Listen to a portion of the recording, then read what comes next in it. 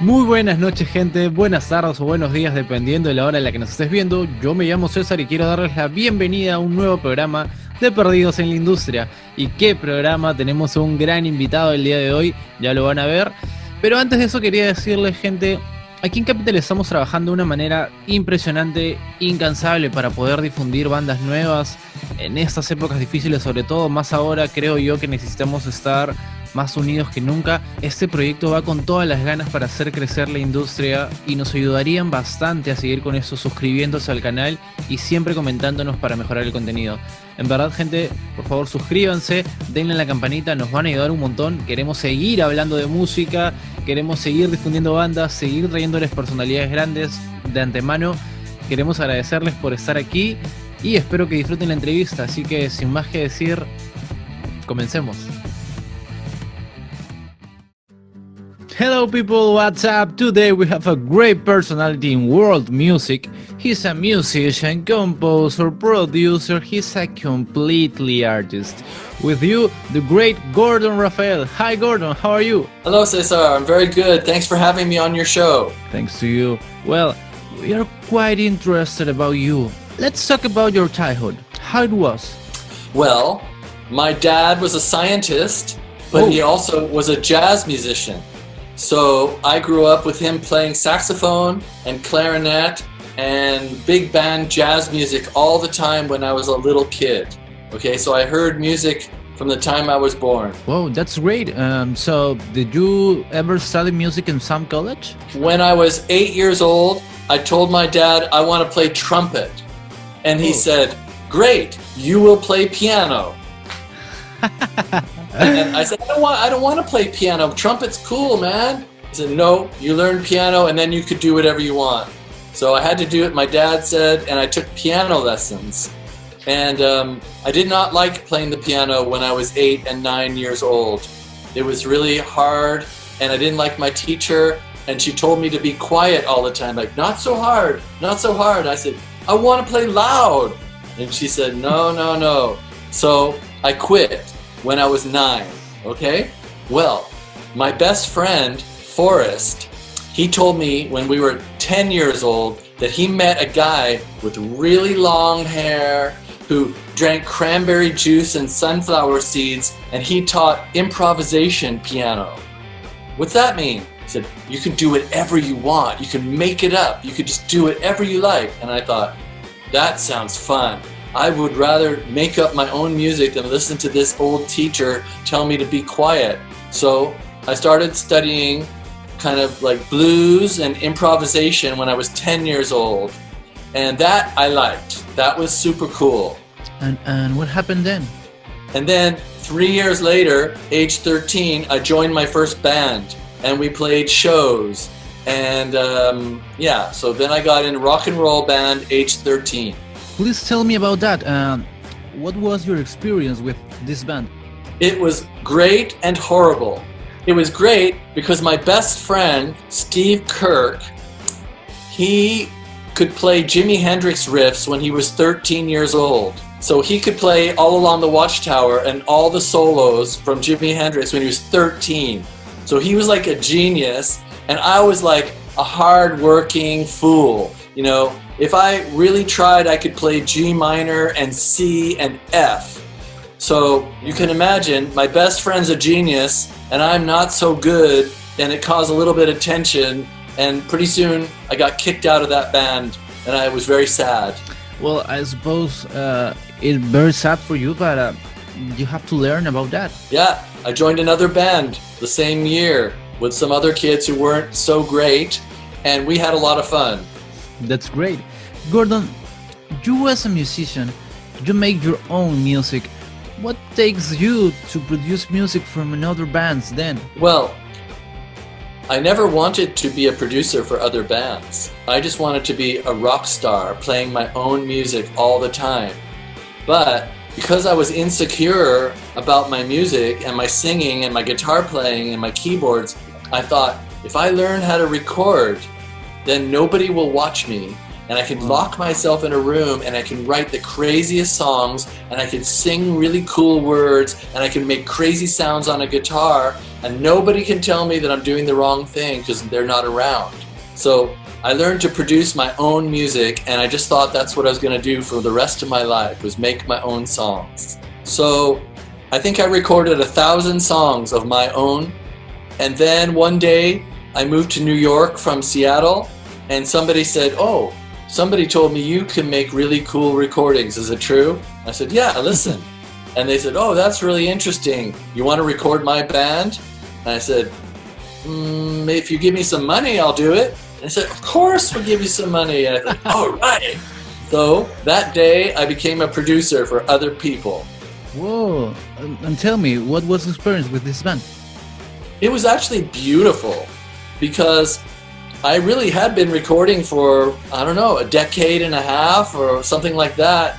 Every day, recording. I just never recorded someone else.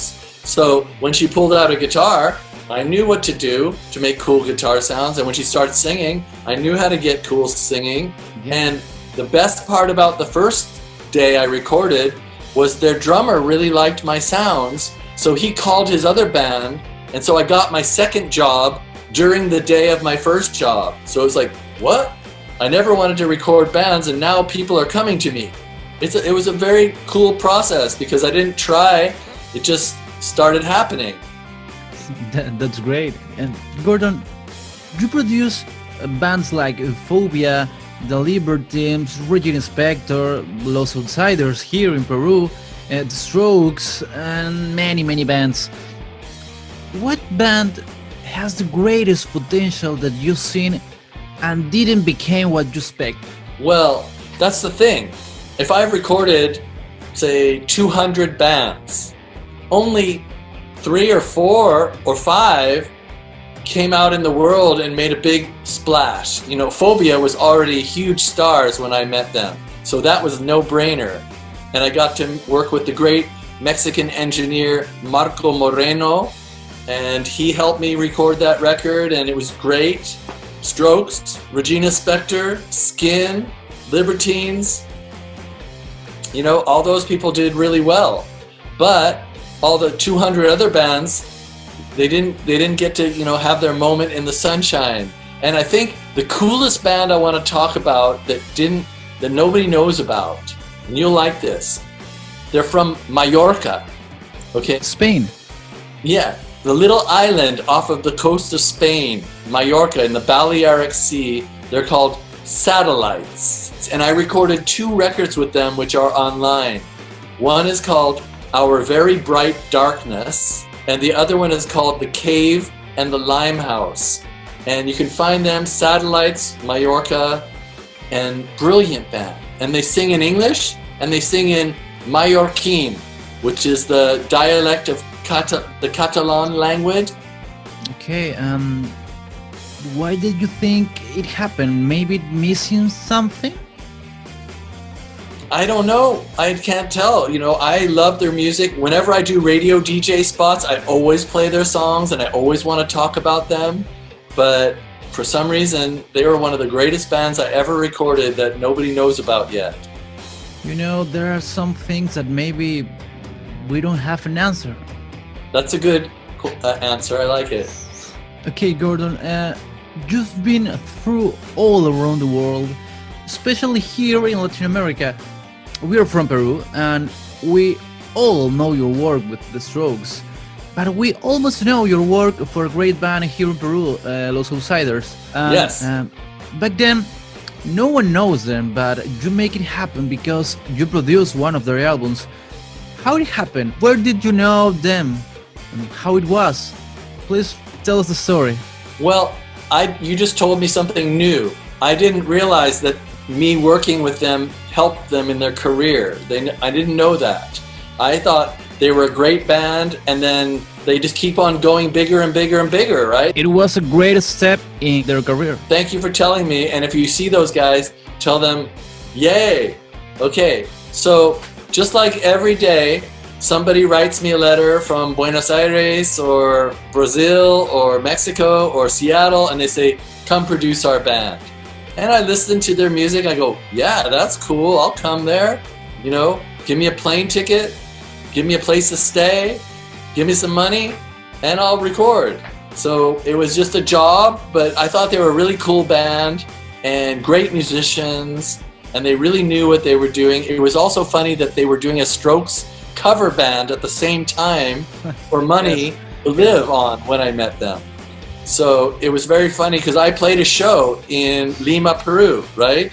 I Okay. played one concert, one, I can't remember.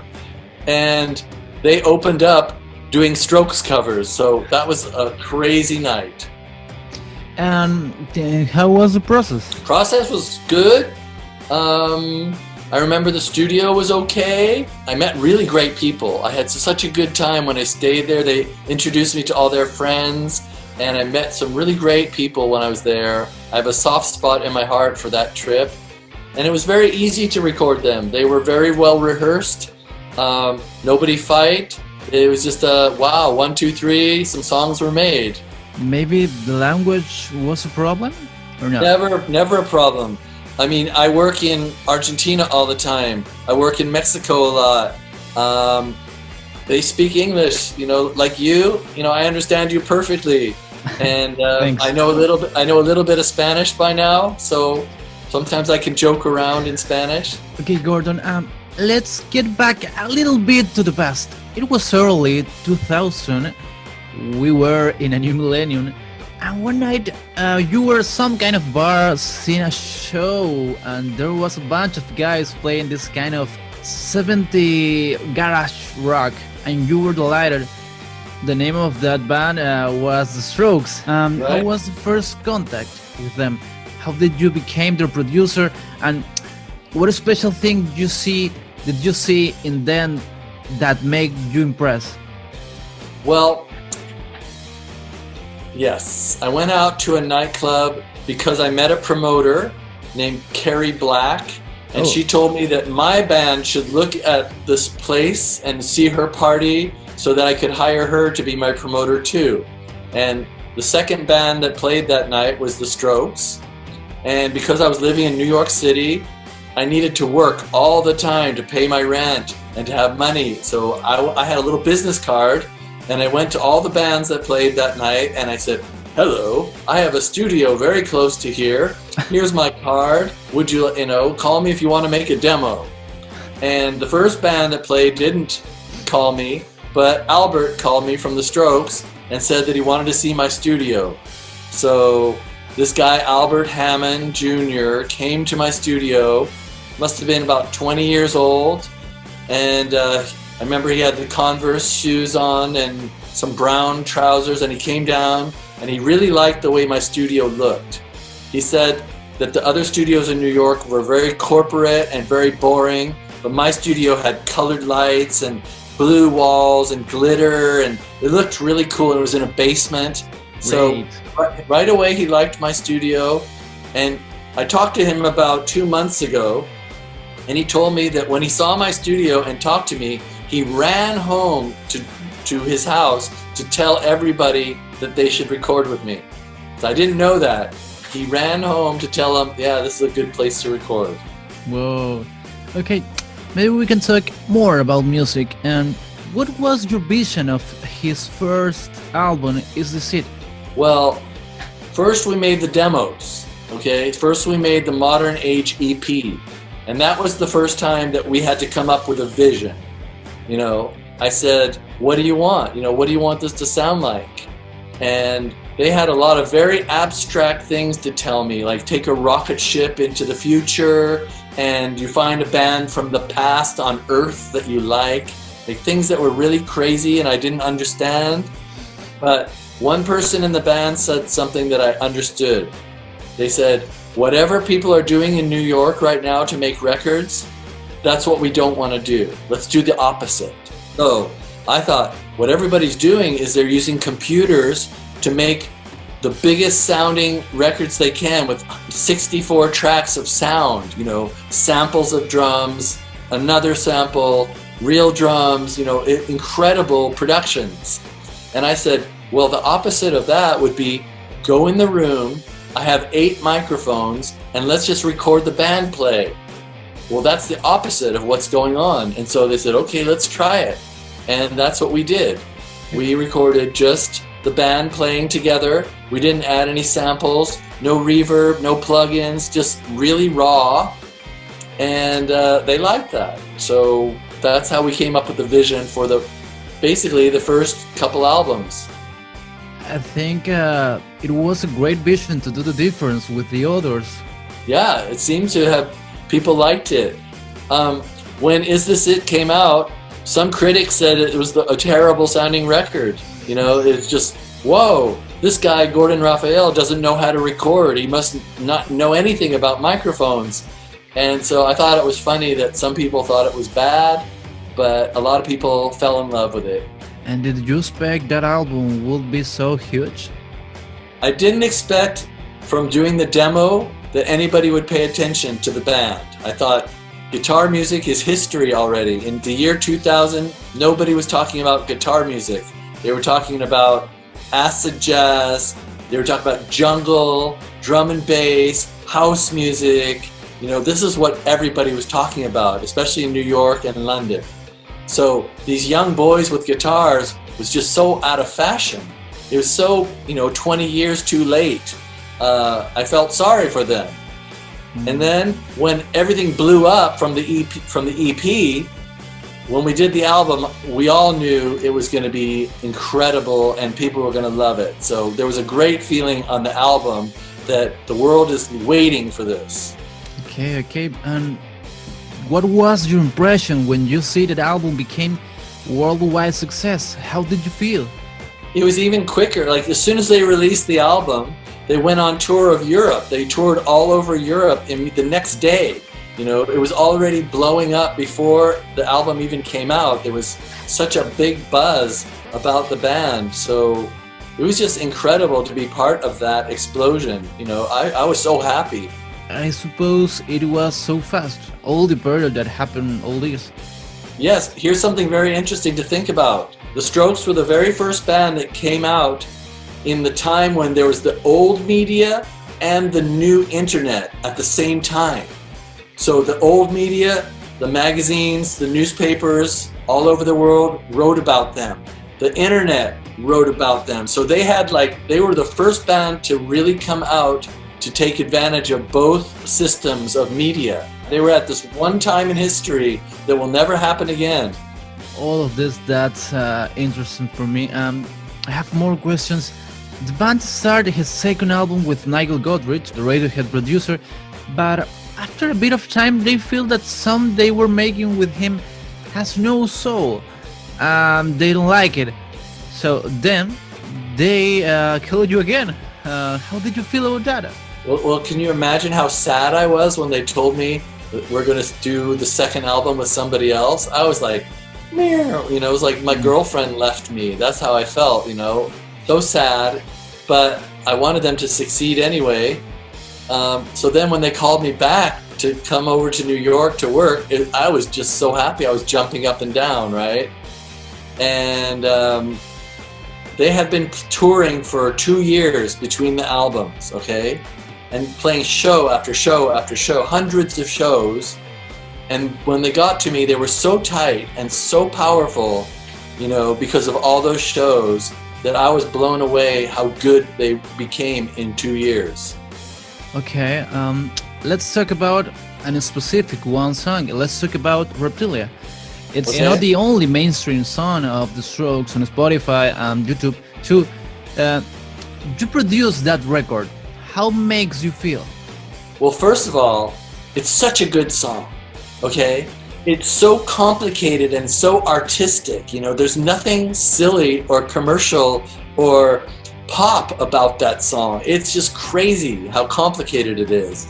And if you look at that video that was made for Reptilia, it's one of the best videos I ever saw because it just shows their hands and their mouth. It shows how they actually play that music. Yes. It's not a joke. It's just musicians playing an instrument. I'm so proud that something so complicated and artistic could be popular at the same time. Really, it's just a miracle, I think. I have to tell you, that song was one of the first songs that I learned to play in a band. For me, Wow. it's a great song, and I like it a lot. I can't play that song. You must be very good. Thanks for that. So we have to continue. They called you again for their third album, and you've been working about 1 year. What happened? Why didn't you complete the production of that album? Well, they met another engineer during that time, and they were starting to think maybe they should try to do a different sound on the third album. That's what happened. They brought in David Kahn, and they liked the sound that he was making, and they said adios to Gordon Raphael, and at the same time they said adios, Phobia was saying buenos dias, we're over here in Mexico City, don't you want to come for a little holiday in the sun? And I said bye New York in the winter, bye the snow, and hello Mexico City, hello Acapulco. Okay. After that great success of the Strokes, you moved to London. And there in UK, you work with bands like The Libertines, one of the best promises of rock music in the time. How it was working with them? Well, there's a story that they asked me to be their producer, but in the end, all I really did is I went on tour with them on the first tour of UK, and I ran their live sound. So I was the ingeniero de sonido or something like that. I did the sound and I went on their tour and I became friends with them at the time. It was great. That was a very exciting band back in 2002. Very exciting band. Okay, The Libertines was a great band. Why did you think they didn't have that success like The Strokes or another band? It's a pretty obvious story, unfortunately. I remember being in the studio in New York making Room on Fire, summer of 2003, when MTV reported Pete going to jail for breaking into Carl's apartment to steal his stuff. You know, this was not what I thought when I met the Libertines and heard them singing harmony and heard their songs. I did not expect that 1 year later it was going to be this chaotic story, okay? So I'm sure things like that did not help them, you know. Okay. Please tell me about your experience in Mexico with Phobia. Phobia, it was just beautiful, such good musicians. I became very good friends with all of them very quickly. And I played synthesizer. I brought my synthesizer, my American Odyssey synth, and I played it on all their songs. They really liked that. That was a great part. And I don't know, we're in classic studios with old equipment, and they treated me very well. And there's a really cool film they made. There's a video on YouTube where they show me and them in the studio together for one of the songs. Maybe it's Eres Yo or something like that, but there's a beautiful video they made with me in the studio with them. I think you have a lot of stories in Latin America, but then you moved to Berlin. Please tell us about that time in your life. Well, I moved to Berlin and I was quickly surprised because it's not really a rock and roll culture. Whoa. So it's very much a techno culture. And I wasn't playing techno, and they don't need a guy like me to make techno. They don't need me to put a microphone, and they just sit there with a laptop and a cigarette, and that's their job, you know. But luckily, Latin America was calling all the time, especially Buenos Aires. So I've gone 12 times to Argentina, and every time I stay 1 month or 2 months. Last time I was there 3 months, and I did a tour of Latin America with my band, and yeah, I have a great time in Latin America. It's like another home for you? It's really I think it's my best place, to be honest. I think they like me there more than anywhere else. They love me there, and I feel so good there. I always work, I always play. Here's an example. In Berlin, I lived 15 years, and I played 2 concerts which were very bad. In Argentina, I played maybe 20 shows in 2 months, and they were great shows. People were going crazy. So that's the difference between certain places and other places for my music. My last record, my solo album, Sleep on the Radio, which is on Spotify, that was recorded in Buenos Aires with all Argentinian musicians. Whoa. You just mentioned your music. I have a question for that. You make music since you were so young, but if we go and check it out on Spotify, the first album you published were in 2017, and since then you were publishing a lot of material until now. It looks like you are working much more about your music in this period of your life. What can you tell us about, Gordon?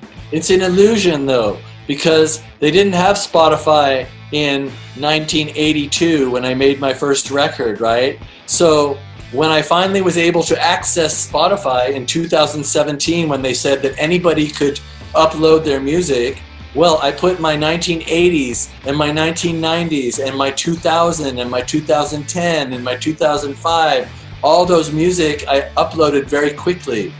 So in the old days, you had to be signed to a record label and they would make your music for you, and no label signed me. So I never really put my music out until the digital era. I made my music, I mixed it, I wrote the songs, I recorded it, but I never could release it until the internet. Okay, can you tell us more about Gordon Raphael as a musician? Well, if I've made 1,000 songs, almost all of them I made all by myself. So I play everything. I play guitar, bass, synthesizer, drum machine, singing, all that kind of stuff, produce it, mix it. I don't master it. And so most of my music is just really all my own ideas, and I use a lot of outer space sounds, and I use a lot of very distorted guitar, and I use a lot of echo. And I don't know, you have to go check it out on my Spotify page and my other Tidal, all those other servers. There's just 100 songs you can hear. They're all different. Can you tell us what was the most proudest work you ever do? Oh wow, I have many proud moments from my own. One was when I was in high school, age 17. My band, I was just the keyboard player.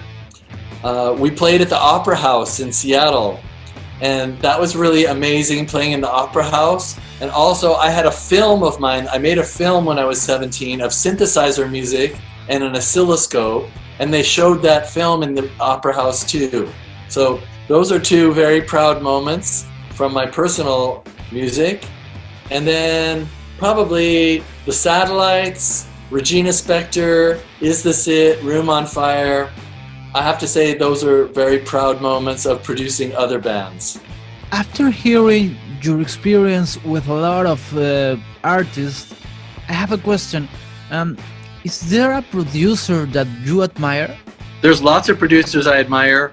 I think, I don't know, the old producers that really blow my mind are like Tony Visconti working with T-Rex and David Bowie, George Martin with the Beatles, Eddie Kramer working with Hendrix and Led Zeppelin, although he's mostly an engineer.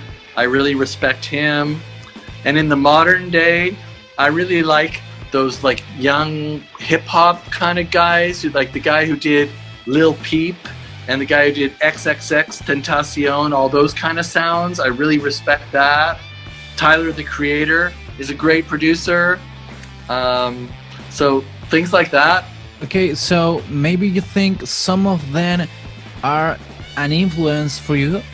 Yeah, they're all very big influences, for sure. I mean, I listen to music all day and all night. Like when I'm not working, I have a record player downstairs and a stereo upstairs, and there's some music playing all the time. I really am a music person. Okay. We have more questions like, who is your favorite solo artist? Your favorite band, maybe? My favorite solo artist, I like Brian Eno back in the 1970s, like Taking Tiger Mountain by Strategy, That's a really great. Here Come the Warm Jets. Those are two Brian Eno solo albums that I think are brilliant. One of my favorite bands is Mahavishnu Orchestra with John McLaughlin playing guitar. I really like that band. Of course, only the records that were made in the 70s. And another band I like, an Italian rock band called PFM, Premiata Forneria Marconi. And they were a progressive rock band with synthesizers and violins from Milan, Italy. Brilliant band. Those are maybe part of your influences of your music? Definitely, definitely. Can you tell us please more about your influences? David Bowie, during Ziggy Stardust and Man Who Sold the World, period, very big influence. Iggy Pop, during The Idiot, Lust for Life, David Bowie Productions, yes, very big influence. Beatles, Sgt. Pepper's, big influence. Rolling Stones, Exile on Main Street, very big influence. Susie and the Banshees, 2 albums. Let's see, Kaleidoscope and Juju, super big influence. Joy Division, Kate Bush, Joni Mitchell, Leonard Cohen.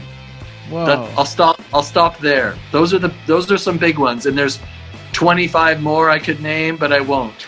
So I can say maybe all these influences talk about your music.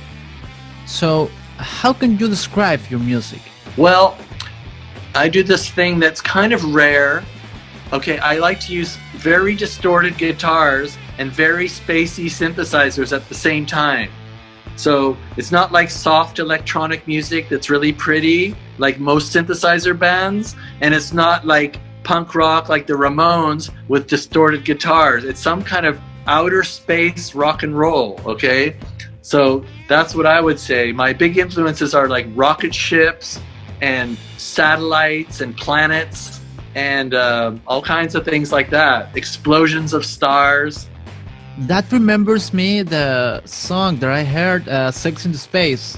Oh yeah, that was a great song. I didn't know you heard that. Congratulations. I think you're the first person in Peru that knows that song. Thank you very much. Don't worry, I told you. It's for me an honor to have you here, and this interview, it's a great moment for me. So, you think your music changed a lot in all the time that you work? Well, when I first started off, I didn't know how to record drums or bands, so I just did everything myself. And then, since I'm a producer now, I have some albums that I have bands playing on, and I produced that. So I have more flexibility of using other people now than I did when I was young. But still, when I play my tours in South America, I play music from the 1980s and the 1970s and the 1990s. I have favorite songs from all these times, and I still play the same music. You know, I still believe in the music that I made, and I even make videos, about modern videos, to show how I made the old songs, you know? Let me tell you, for me that's beautiful. I have a last question maybe. Where did you want to get with your music now? I want to have my new solo album come out, and I want to have millions of people around the world listen to it and think it's cool, and then go back and find the other 1,000 songs and think that they're cool too. I think when that happens, I'm going to be really happy. And do you have an album it's coming, or an announcement maybe? Yeah, I do. I have 2 announcements. One is that I just finished my first book.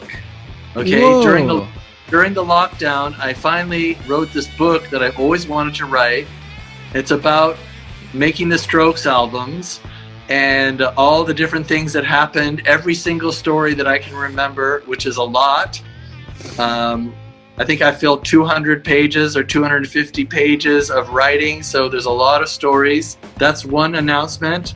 And the other is that I made a new solo album that isn't out yet, that I'm going to release as soon as I can. Well, we have the honor to announce That, and for me and for us, it's very special to know that.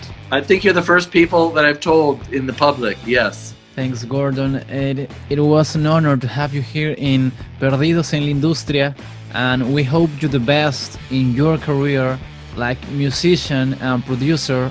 Really, really thanks for all. Hey, thank you. It was really fun talking with you, Cesar. Thank you, Gordon. Bye-bye. Peace, Peru. All good. Ciao. Bueno, gente, eso ha sido todo por el programa de hoy. En verdad espero que la hayan pasado muy bien. Ha sido un honor para nosotros tener aquí al gran Gordon Rafael, productor de muchísimas bandas. En verdad espero que la hayan pasado bien. No se olviden, gente, no se olviden de suscribirse, darle a la campanita para que les lleguen todas las notificaciones y no se pierdan de nada. Pueden seguirnos en nuestras redes sociales para que estén atentos a todo lo que se viene. Y sin más que decir, ya me despido y nos vemos hasta el próximo jueves a las 7 de la noche. Cuídense, gente. Chao.